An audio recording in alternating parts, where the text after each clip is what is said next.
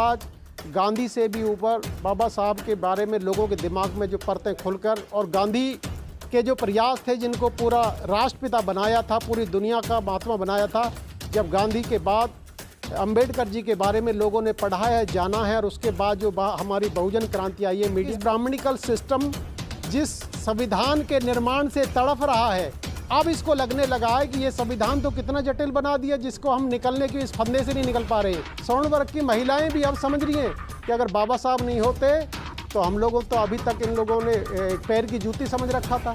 7.5% तो महिलाएं हैं, वो भी आज हमारी बात को जो भी समझ रही है, जो भी सुन रही है, वो कह रही है कि नहीं, हमारे साथ शोषण का जो सबसे बड़ा शिकार बनाया है इस व्यवस्था ने बनाया है। हिंदू राष्ट्र की जो परिकल्पना है, ये इन लोगों को अच्छी तरह से पता है कि ये भारत संविधान का शासन से चलता है देश, संविधान का देश है।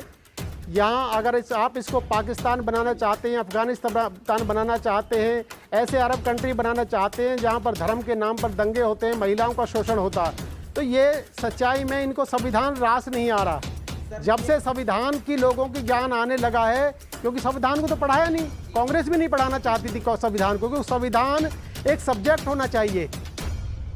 संविधान नहीं पढ़ाते, ये रामायण पढ़ा रहे हैं, महाभारत पढ़ा रहे हैं, गीता पढ़ा रहे हैं, उसको पढ़ा रहे हैं, लेकिन जिस चीज़ से देश चलता है, इस देश का संविधान पूरे सिस्टम को जो चलाता है, उसका ज्ञान नहीं दे देना चाहिए। ये तड़फड़ाहट है, फड़फड़ाहट है। हिंदू राष्ट्र बनाने का सीधा सीधा मतलब है, अब ये आखिरी अपनी बात को फड़फड़ाने लगे हैं, क्योंकि ये हिंदू को धर्म नहीं है, हिंदू को शब्द नहीं है, ये सीधा ब्राह्मण राष्ट्र की बात करते हैं। ये लोगों की अब समझ में आ गया है, तो हिंदू राष्ट्र नहीं, ये ब्राह्मण राष्ट्र की बात करते हैं।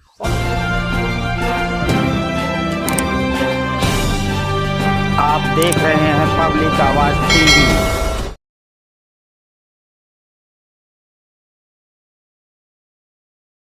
आदमी यानी पुरुषों की संख्या में ज़्यादा लोग आते हैं, औरतों को क्यों नहीं ला रहे हैं? अपने बच्चों को क्यों नहीं ला रहे हैं? क्यों बाबा जी का संविधान नहीं पढ़ा रहे हैं? क्यों यानी जो और सी हमारी बुकें बनी हुई हैं, क्यों नहीं पढ़ा रहे हैं? तो उनको लाने के लिए आप लोग कैसे लाओगे? सर्वप्रथम मैं बहुजन मीडिया के बंधुओं को बहुत बहुत धन्यवाद करता हूं। आपके जो संघर्ष है, इसने बहुत ही नज़दीक में इस तरह से एक बहुत बड़ा हथियार आपके हाथ में मिल गया है अपनी बात को कहने का। जो आपने सवाल किया है महिलाओं को नहीं निकलने का, तो हमारा जो सिस्टम है ये उस व्यवस्था के हाथ में था हज़ारों वर्ष से, और उसको बहन जी ने बताया कि ये सिस्टम पूरे हज़ारों वर्ष से हर घर में घुसा हुआ है। तो इस सिस्टम को बदलने के लिए मैं तो कहूँ, अभी तक हम लोग भी इस ब्राह्मणवाद के खिलाफ लड़ाई लड़ रहे हैं, मगर अभी भी हमारे घरों की महिलाएं, हमारे घरों की महिलाएं भी अभी भी उससे नहीं निकल पा रही हैं, क्योंकि ये सिस्टम, इनकी जो व्यवस्था है, ये हज़ारों वर्ष की व्यवस्था है। आज हमारे हाथ में अपना मीडिया हाथ में आया है, और ये खेल मात्र 15 वर्ष का है। अब आने वाले 15 वर्षों में 15 वर्षों में जो रिवोल्यूशन हो रहा है, जो फड़फड़ाहट हो रही है, ये ब्राह्मणवादी जितने भी ये नेता हैं, या फिर इनके साधु संतों जिनको ये बाबा कहते हैं या बहुत बड़ा संत कहते हैं, अब उनमें फड़फड़ाहट और तड़फड़ाहट दिखने लगी है। अब उनके पैर उखड़ने शुरू हो गए हैं और उनको लगने लगा है, घबराहट होने लगी है। तो ये निश्चित तौर पर आने वाला समय ये बिल्कुल क्लियर समझ में आ रहा है। अभी तक तो बाबा साहब को इन्होंने दलितों का नेता बनाया हुआ था, दलितों का नेता बनाकर पूरे देश में प्रचारित किया हुआ था। यही काम पिछले 60-70 सालों से कांग्रेस ने किया था। इन्होंने भी बाबा साहब की जो पूरी प्रतिभा थी, पूरी ताकत थी, मगर मैं कहूँ आज गांधी से भी ऊपर बाबा साहब के बारे में लोगों के दिमाग में जो परतें खुलकर, और गांधी के जो प्रयास थे जिनको पूरा राष्ट्रपिता बनाया था, पूरी दुनिया का महात्मा बनाया था, जब गांधी के बाद अंबेडकर जी के बारे में लोगों ने पढ़ा है, जाना है, और उसके बाद जो हमारी बहुजन क्रांति आई है, मीडिया की क्रांति आई है, तब से पता लगा है कि अगर बाबा साहब नहीं होते तो इस देश को, इस एक घर को चलाने के लिए हमारी एक छोटी सी व्यवस्था, उसको भी मैनेज नहीं कर पाते। इतने बड़े देश को, इतने बड़े भूभाग को, इतनी बड़ी जनसंख्या को कितना सिस्टमेटिक ढंग से मेंटेन करके इस देश को व्यवस्थित बनाया है। पिछड़े वर्गों को, कमज़ोर वर्गों को, दलितों को, जो आज तक इस ब्राह्मणिकल सिस्टम जिस संविधान के निर्माण से तड़फ रहा है, अब इसको लगने लगा है कि ये संविधान तो कितना जटिल बना दिया, जिसको हम निकलने की इस फंदे से नहीं निकल पा रहे हैं। तो आज मैं कहता हूँ, आज इनका ये फड़फड़ाहट है। मात्र आने वाले कुछ समय में इतनी तेज़ी से क्रांति आ रही है, मैं अपने घर परिवारों में गांव से बिलोंग करता हूं, किसान खेतिहार के लोग हैं जो अब बाबा साहब के बारे में जानकर हमसे सवाल करते हैं कि क्या हमारे लिए भी लड़ाई लड़ी थी। खासकर स्वर्ण वर्ग की महिलाएं भी अब समझ रही हैं कि अगर बाबा साहब नहीं होते तो हम लोगों तो अभी तक इन लोगों ने पैर की जूती समझ रखा था। तो हम तो कहते हैं कि ये महिला तो 100%, जो आप 15% की बात कर रहे हैं, 15% नहीं 7.5% की बात करेंगे हम। 7.5% तो महिलाएं हैं, वो भी आज हमारी बात को जो भी समझ रही है, जो भी सुन रही है, वो कह रही है कि नहीं, हमारे साथ शोषण का जो सबसे बड़ा शिकार बनाया है इस व्यवस्था ने बनाया है। तो हमें इस लड़ाई को बहुत सिस्टम के साथ चला है। ये एक बहुत बड़ा अभियान है, इनके हजारों वर्ष की व्यवस्था है। मात्र हमें, मैं कह सकता हूँ, पिछले 5, 6, 7, 8 सालों में ये क्रांति आई है। आज ब्राह्मणिकल सिस्टम का जो भी मीडिया बैठा है वो रात दिन इस पाखंड को उखाड़ने के लिए, इस पाखंड को बढ़ाने के लिए और इस व्यवस्था को उखाड़ने के लिए, बहुजन मीडिया को उखाड़ने के लिए रात दिन प्रचारित है।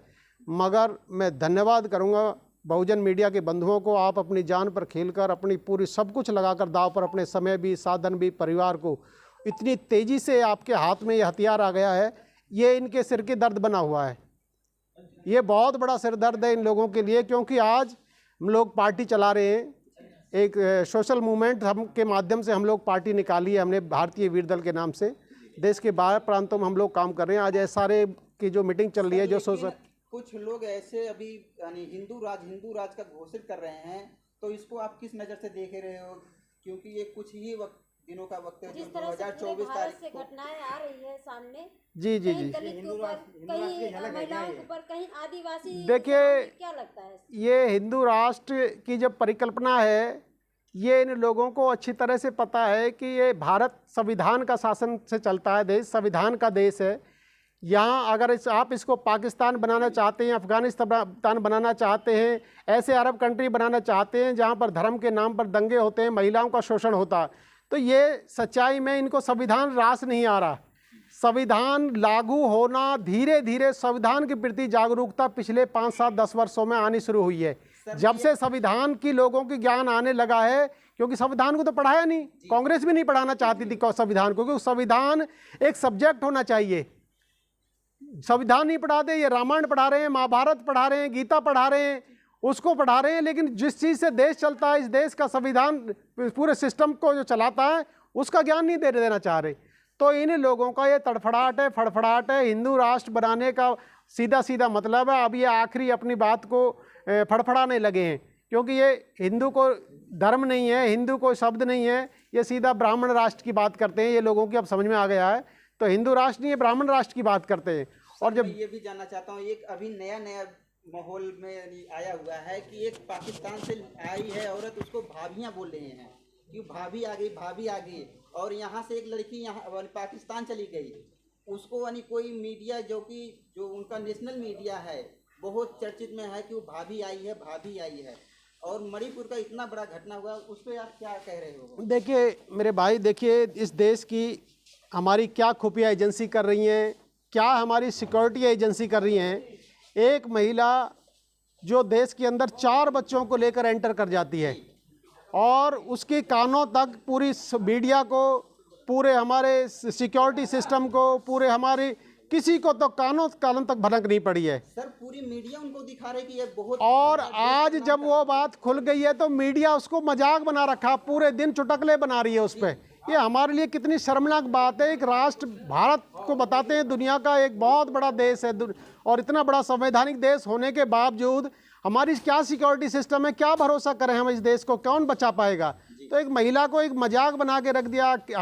ये हमारे देश के ऊपर बहुत बड़ा एक सवाल खड़ा हो गया। पूरी दुनिया देख रही है कि 4 बच्चों को लेकर एक महिला बिना किसी सिक्योरिटी के जानकारी की एंट्री कर जाती है, बहुत आसान तरीका से आ रही है। हाँ, तो ये बड़ा शर्मनाक है और हम लोग बड़ी बड़ी बातें करते हैं। देखिए इन्हीं की साजिश होगी, बेरोजगारी से, मणिपुर की कांड से, ठीक है, आपके जो है ना जो आरक्षण खत्म कर रहे हैं उस मुद्दे से ध्यान हटाने के लिए महंगाई देखिए, टमाटर 200 रुपये किलो है, सिलेंडर के भाव कहाँ पहुँच गए हैं, ठीक है, हर राज्य में जो है मणिपुर 2 महीने से चल रहा है। तो ये सारे मुद्दों से ध्यान हटाने के लिए इन्हीं की कोई एजेंट होगी। मैं तो ये कहता हूँ 2024 के चुनावों में बहुजनों की क्या तैयारी?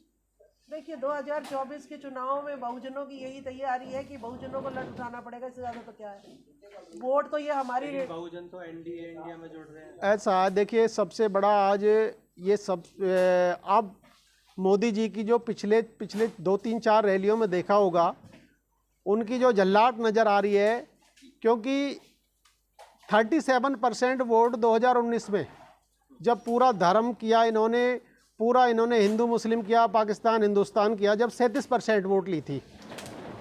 अब इनको देख रहा है कि वो 63% वोट अगर एक साथ पड़ता है तो मोदी जी को अंडर 100, 2 डिजिट से ऊपर दिखाई नहीं दे रहा है, उसको साफ साफ दिखने लगा है। 37 में से भी अब जो हालात बने हैं देश के, जो सच्चाई समझा है, जो बहुत बड़े भक्त थे, हमारे बहुत बड़े नज़दीकी रिश्तेदार और मित्र भी थे, वो भी हमारे शत्रु बन गए थे ऐसे हालात में, मगर वो लौट कर वापस आ गए। तो 37 को रह गया 30, आप 70 और 30, 70 अगर एक साथ पड़ता है तो मोदी जी को दिखाई दे रहा। अब उनकी जल्लाट जो पिछले 2-3 रैलियों में दिखा है, तो अब ये जो मणिपुर भी करेंगे, ये नया कोई कांड भी लाएंगे, इस तरह का इनका। अभी देखो मिश्रा का कार्यकाल फिर 45 दिन के लिए हाथ जोड़कर सुप्रीम कोर्ट के सामने गिड़गिड़ाएं, तो अब उसको 45 दिन में जो हथियार बनाने के इनके आखिरी दाव है केवल ये। अगर मिश्रा का इस्तेमाल इनको पता है, केवल एक व्यक्ति है जो पूरी तैयारी से है, तो ये 45 दिन में, अब चाहे वो नीतीश कुमार की पार्टी है, चाहे राजस्थान के मुख्यमंत्री है, या फिर छत्तीसगढ़ के मुख्यमंत्री हैं, इन सब को इनको पूरी ताकत से मोदी जी इसी हथियार को इस्तेमाल करने वाले हैं। बाकी इनके पास अब कुछ बचा नहीं है, क्योंकि जनता पूरी तरह से समझ चुकी है कि ये प्रोपेगेंडा तो अब चलेगा नहीं। अब केवल ये इनकम टैक्स और ईडी का जो इस्तेमाल है, इसके माध्यम से ये लड़ाई लड़ने चाहते हैं। धन्यवाद सर।